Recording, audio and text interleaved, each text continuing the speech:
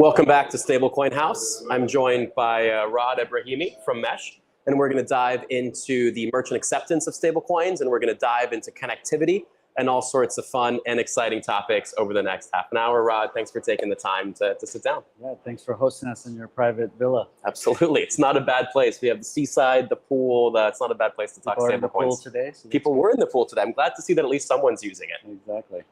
I'm curious, maybe you can give a quick overview of Mesh in like 1 or 2 minutes so we can kind of set the context. And then we can dive deeper into some of the questions that I've had about what you see in stablecoins and how you guys are thinking about the market. Yeah, absolutely. So at Mesh, we're building the world's first crypto payment network.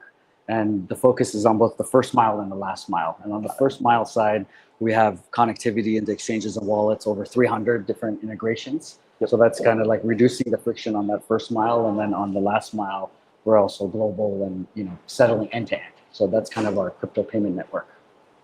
Got it. So when we think about like merchant adoption of stablecoins, you guys did some really cool stuff with Shift 4 recently, right? That kind of allowed stablecoins to be used with Shift 4's POS systems and things of that nature. I'm curious kind of what the uptake has been around that and kind of what the key driver was and kind of some of the merchants that are looking at this. What pain point are they trying to solve? Yeah, I mean, I think that there's a few things. So obviously, like we always hear, stablecoins international is like a key, resonates really well with stablecoins. But on the merchant side, Shift 4 is a cash-like transaction. So there's a lot of cash-like, people are using cash. Interesting. And the merchants also prefer that for refunds or chargebacks or other things that might happen as part of that transaction. And so that's where, one of the many things that they see benefits, immediate benefits. So it's the transaction finality, That's the ability right. to not charge back and reverse and Exactly. things like that. Once a stablecoin payment is done, that's one of the many benefits, but also I think their audience is also more crypto native. And so that's also, something that they've been wanting to offer for a long time. Do you think, louder. Oh, sorry. Yeah. For the consumers that are making these transactions, are they kind of stablecoin native type consumers that are looking for an outlet to spend their stables, or are they more everyday consumers that are exposed to stables kind of in the back end? Yeah, I think most of them are crypto native. In that particular use case. Well, this is an interesting conversation because this is kind of the flip side of a lot of what we've been talking about, right? There's a lot of arguments that have been made about stablecoins being back-end infrastructure, right? When we talk about B2B kind of treasury management and things of that nature, it's very much stablecoins as a back-end, abstracted away from everybody else. This product is the inverse of that, where you're giving crypto native people the ability to actually spend stablecoins in a for stablecoins, disclosed it's a stablecoin utility way. Where do you think that market goes? I'm curious. Do you think that there's a lot more volumes that will happen around kind of stablecoins as a back-end process, or do you think that we need more mass market retail interfaces for stablecoins? Yeah, I think it's both. It's both for sure. So like on the first mile, as I like to call it, the way we kind of think about it is that you might have a whole ton of assets, right? Different kinds of BTC, ETH. You don't really care if the merchant like wants USDC or Pi USD. So on that first mile, Mesh as an example, but there's other ways to do this. Mesh as an example, we'll do all the conversions and swaps. And so you don't need to go to your Coinbase or your MetaMask and like get the token that merchant wants, right? So Shift, Blade wants to be settled in. So like we can handle that first mile seamlessly. And then on that last mile, we do a similar thing where we can pay out Blade in your example, like, in whatever stable that they want. So to answer your question, I think we're going to push this down so that it's like invisible. I mean, I think that it's already happening, but it's going to be invisible to the merchant even in some cases and to the consumer. Especially if it then becomes even a fiat settlement, right? Then the consumer should be able to pay in whatever asset they have, whether it's a stable, whether it's BTC, ETH, Sol. Some people love having taxable events on cups of coffee. Sure. Why not? And then eventually the merchant just gets whatever asset they want, right? Why does the merchant care what asset the user spends? Why does the user care what asset the merchant spends? Kind of the interop here, I think, is what's really interesting. And I think that's also on thesis for a lot of other players who kind of see the concept of making the different assets interoperable across chains, across tokens. You guys are just taking that instead of an infrastructure product, much more interestingly, directly to the merchants and the consumers through Shift4 and through your other customers versus just being a DeFi bridge or something like that in the back end. Yep, that's right. Very interesting. Yep. Where do you kind of see the future of Mesh over the next 2 to 3 years? Where are you guys investing very heavily? And I don't want to say this bull market is done. I don't think it's done by any means. Sure. Right? But we're very much in a very frothy market. We're kind of in the middle of a hype cycle. I would argue that this market doesn't last for much longer. If we're not at peak hype, we're probably close to peak hype. Yep. What do you think that next cycle, 2 or 3 years from now, what do you build for the future? Yeah, I think the international corridors is like something that I think you guys have talked a lot about here. Yep. That we're expanding into quite rapidly. So like merchants that merchants and PSPs that are abroad that Yep. Want to enable stablecoin payments, like that's an area of growth that we're focused on, and then also building in compliance and other kind of functionality into our platform so that Right. the merchants don't have to think about that. So it's kind of like KYC to KYB, like end to end. So that's also stuff that we're building into Mesh as well. Very cool. What are the other pieces of the stack that you see a lot of demand for? Right? Is it PSPs also need help around accounting? Do they need help around compliance when they come to Mesh and say, hey, we want to start to do this? Not even stablecoin native, but just kind of token native acceptance, right? Let's include kind of other crypto assets as well. You guys crush it on the connectivity side, obviously. What are kind of the other pieces that they need help with? Yeah, everything. They need help with everything. I mean, I think, some of the other, talks you've had already, Yep. Like I think on the accounting side, they need help with understanding the tax implications and, like the custody issues, Yep. and I think we actually do a lot of education even with the PSPs and the merchant side. And that I think is a big part of, what we have to do. So like on our go-to-market, it's about educating, and that's like constant. So Yep. yeah, I think full stack. Yeah. We've talked a lot about Shift4, and probably for good reason. Shift4 is a huge deal, yeah. right? They're well known. They're one of the largest PSPs that do a lot of this merchant processing. But outside of kind of Shift4, Mesh has a lot of other very interesting use cases and other interesting clients. Not necessarily the most popular or the highest volume, but maybe the most surprising use case that you wouldn't have expected going into this business. Mm-hmm. Yeah, I mean, I think these, I shared a little bit earlier, but like these restricted businesses and the card networks that have like, they have restricted businesses, right? So like Right. There's some things that card networks don't process, right? Transactions that they don't process. This is a very surprising, but shouldn't be surprising. Shouldn't be right? surprising. Like, use case that we're kind of like looking at very closely because they're regulated, they're legal, but Yep. they're restricted in TradFi, right? For various reasons. And so like, can you unlock that in the right ways? And so like that's one thing. Interesting.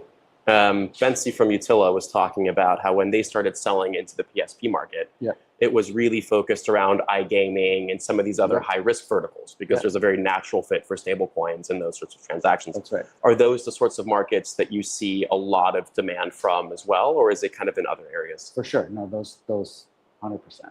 Yeah. How do you think that then transitions into more traditional markets, right? Because typically, even in a lot of, like if you think about card acquiring, there's so many gateways, checkout providers, things like that, that I think a very typical playbook in payments is you start by servicing high-risk merchants. And then as you grow as a company, you slowly offboard your higher-risk merchants as you get more traditional or lower-risk merchants.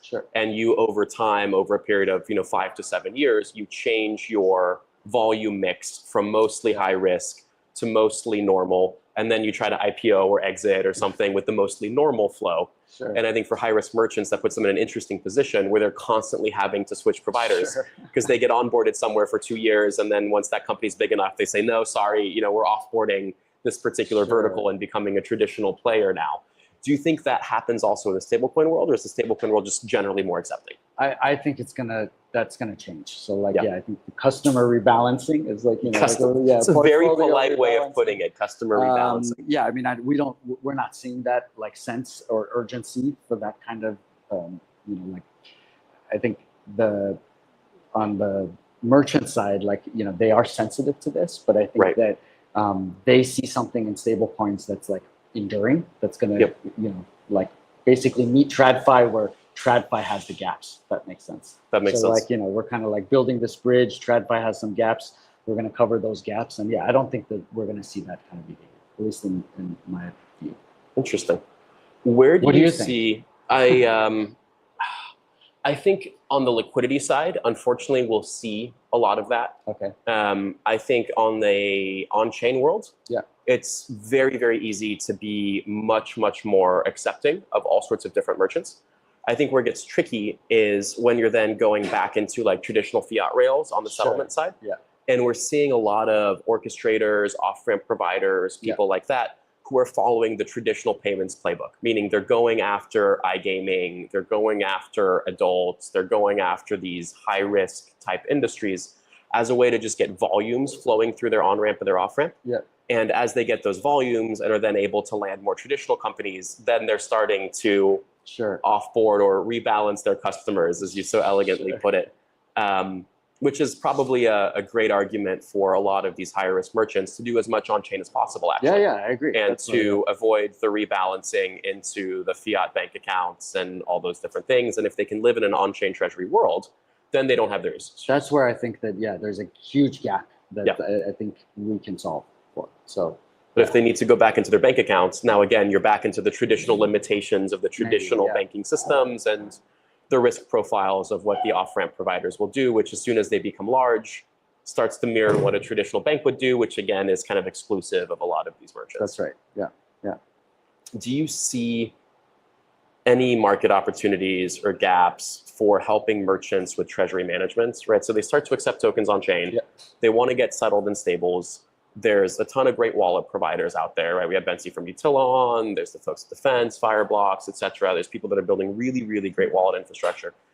Do you think that eventually becomes part of the mesh platform with like treasury products to help you earn yield and to manage those sorts of things? Or is that something that you see as external and you're really just focused on being the best in the world at the connectivity piece? Yeah, we've thought a lot about this. And I think, the more and more demand we hear from the merchant side of the things that they need in that stack, we will be thinking about building that stuff out. So yeah, it's on our radar. I think it's not a shorter term thing, but yeah, absolutely. Because to me, that seems like a very natural next 100%. step, right? Step one is how do you get these people transacting and accepting stables? And I think you guys are by and far the leader of that space now, right? When you think about stablecoin based payments into merchants, you think mesh. From a brand perspective, from a product perspective, mesh is everywhere at all the events. We've enjoyed doing some fun events together. You guys are kind of that apex predator right now in that space. And for me, then I wonder, okay, great, I'm a merchant. I'm accepting stable coins or crypto.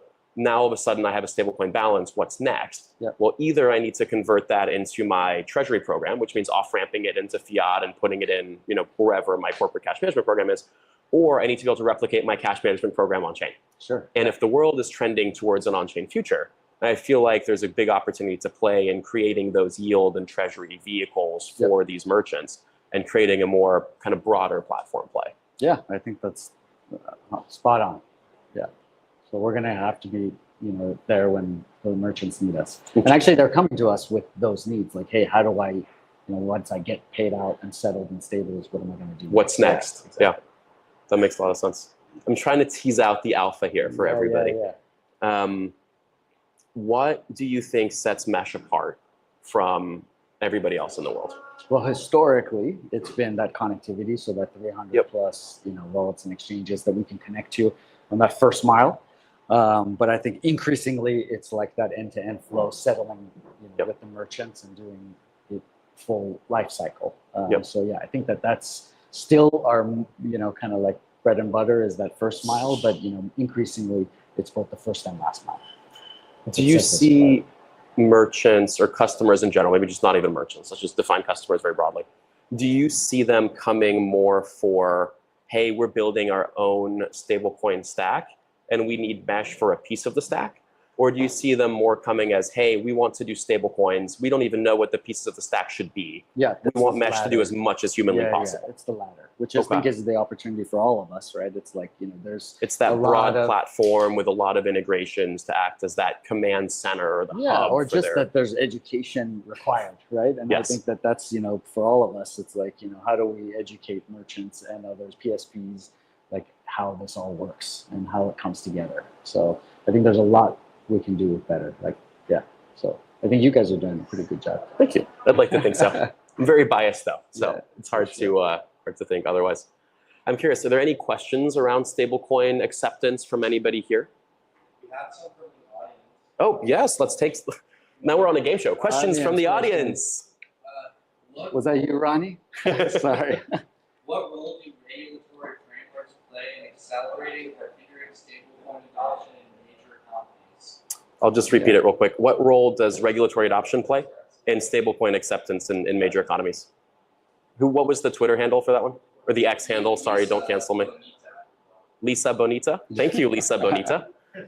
Yeah, I mean, I think it's critical, right? I mean, I think you guys talked yesterday, Amia and at Flourish, about how the central banks are trying to figure out ways to handle stablecoin inflows. And so I think that this is a very unique, opportunity I hadn't thought about, right? So like if there's no regulatory framework in Africa, for example, in that corridor, how are the central banks, going to handle that? So if there's a huge influx of stables, they want to handle fiat on their books.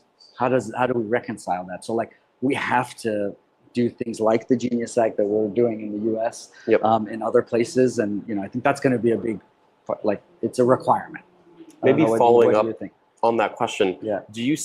what countries do you see the most volumes in? Is it kind of established markets like the US, or are you seeing more emerging markets? Yeah, so we're seeing APAC is like a huge growth driver for us. Interesting. Primarily. And it's partly because we don't have enough connectivity in Africa, for example, but like in some other areas, but like we're building that out. But yeah, APAC is big, and obviously the US. Okay. But yeah. Interesting. Where in APAC?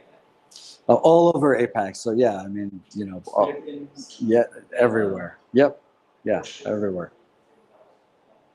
Would you, maybe a question for both of you? Sure. And obviously, we got into that before. Mm-hmm. Just like to understand a bit more about the value chain and like who is kind of how do you stack these companies together? Like you're focusing on merchant acceptance. Utila was Wallets. A wallet. Yep. And that's how On and off ramps. Yep. So that's how. Yeah, it all comes together. I think you just described the value chain actually in your question.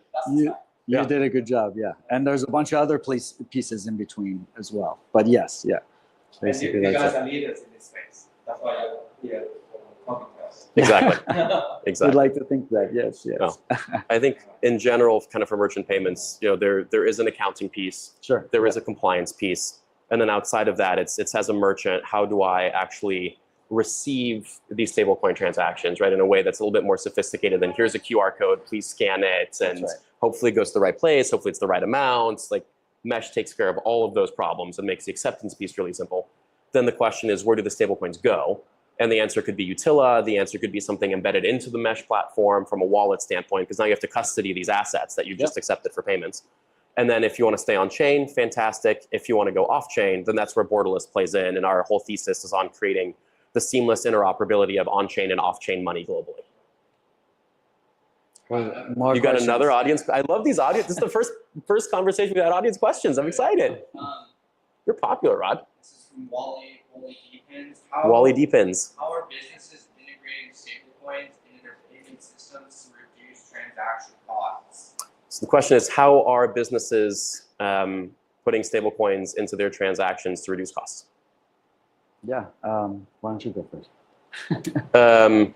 Obviously Visa, MasterCard, card acceptance is a notoriously expensive payment rail, right? Of 2-3+%, depending on the amount of volume that you do, your MCC codes, the industries you're in, things of that nature.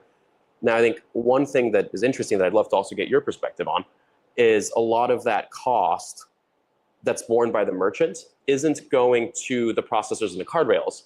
It's actually going back to the consumer, right? And especially in the US, we're spoiled and trained on Amex lounges, credit card points, cashback rewards, all these sorts of things. Chargebacks, refunds, which exactly the network, Which from a merchant standpoint, the costs are ridiculous, 2-3%. But from a consumer standpoint, I get access to credit, which means I get to spend money I don't have that I can't do with stablecoins. I get miles or cash back, which I don't get on stablecoins. So how much consumer retraining needs to happen for stablecoins to supplant cards as kind of the default payment mechanism? Yeah, I mean, that's the ultimate question. And I still think that there's going to be like card payments, and we can start solving that with bits and pieces of this, stablecoin story, but we're not quite there yet. But yeah, there's also cash-like payments, which is what, I think stablecoins do a really good job today of solving for. And I guess to answer that question, to add to your answer, FX risk is also something that's like reducing the cost. So like when you're doing any kind of cross-border transaction, stablecoins, the obvious no-brainer thing is that you're going to a volatile currency, and you're reducing that volatility and the FX risk. So yeah. Like let's pretend that you're doing a USDC transaction and you're in the US, right? Your 200 to 300 basis points cost goes to, including an off-ramp transaction, like fully settled to your bank account, goes to what, 10 basis points or so? It's like that's a massive reduction in cost all around. But the consumer needs to have stable coins, needs to understand how to spend them. And I think that right now is you gave me a good example before we started talking of like people getting paid in the Middle or in Dubai, for example, and like transferring to Philippines, like a very specific example. I don't know, maybe you could share. My kind of personal belief is that where we're going to see a lot of stablecoin merchant payments is in emerging markets where stablecoin adoption kind of from this dollarization narrative is high, right? It's like, I think, and this is my personal bias, I think like in the US, the stablecoin merchant payments use case is not super interesting. I'm happy to debate that. I'm happy to be proven wrong. But I personally don't see a ton of value there. Where I see a lot of value is in countries like Argentina, Brazil, South Africa, Kenya, Philippines, etc., where you have a lot of freelancer kind of gig economy folks, etc., that are now starting to go to stablecoin-based payroll platforms like the Rises and others of the world. Even Deal's now doing stablecoin payouts, right? They're one of the biggest contractor payments platforms in the world. And that's where people are holding their balances in stablecoins because they want to hold dollars, and stablecoins is the best proxy. And therefore, they need to have a wallet because they need to be able to ingest stablecoins in, which solves that UX friction of why would I ever sign up for a wallet? And they need to already know how to transact from a wallet, how to log in, how to link it, how to do things of that nature. And to me, in those markets is where it makes all the sense in the world for these merchants to say, hey, you already have stablecoins. They're sitting in a fintech app. They're sitting in a neobank. They're sitting in some of these things, right? Benzi said the future of stablecoins is your JP Morgan Chase account, right? Let's take that one step further. There's so many neobanks that are taking 5, 10, 15+% market share of the banking market. If I'm sitting in Brazil and I have stablecoins sitting in my neobank account as USD, I want to just spend that directly without converting it to BRL, then back to the merchant, having more FX fees, having all those sorts of things. That's personally where I think the adoption is interesting. Curious to get your take. Yeah, no, I agree. Yeah, I don't know if we answered her question though, or this last question. Was there any other ones?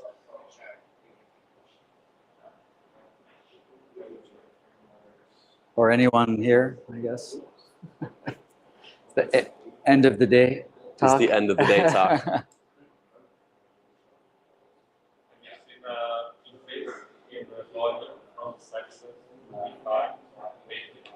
It seems that the volume on chain almost matched now the volume of buyers and coinbase.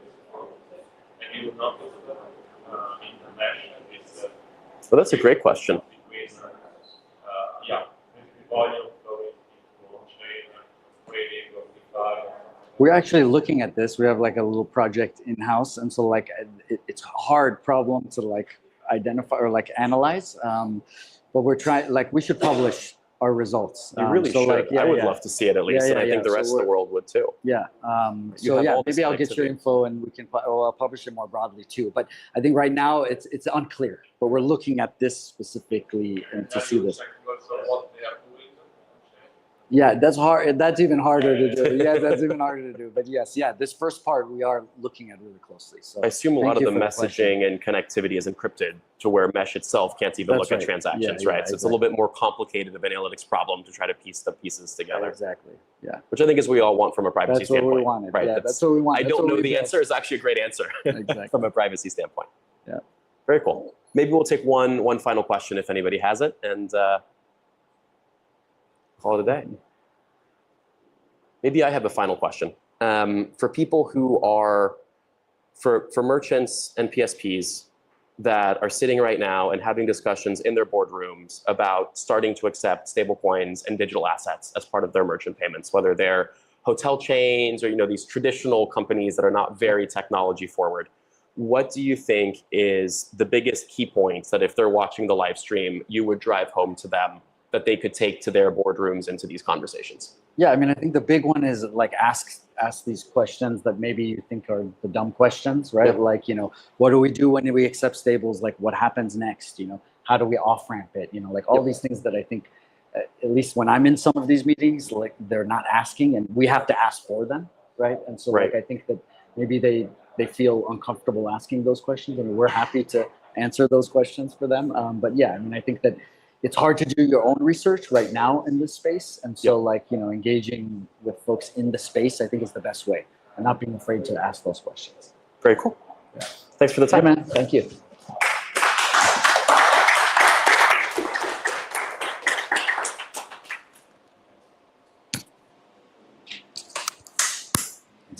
Thank you.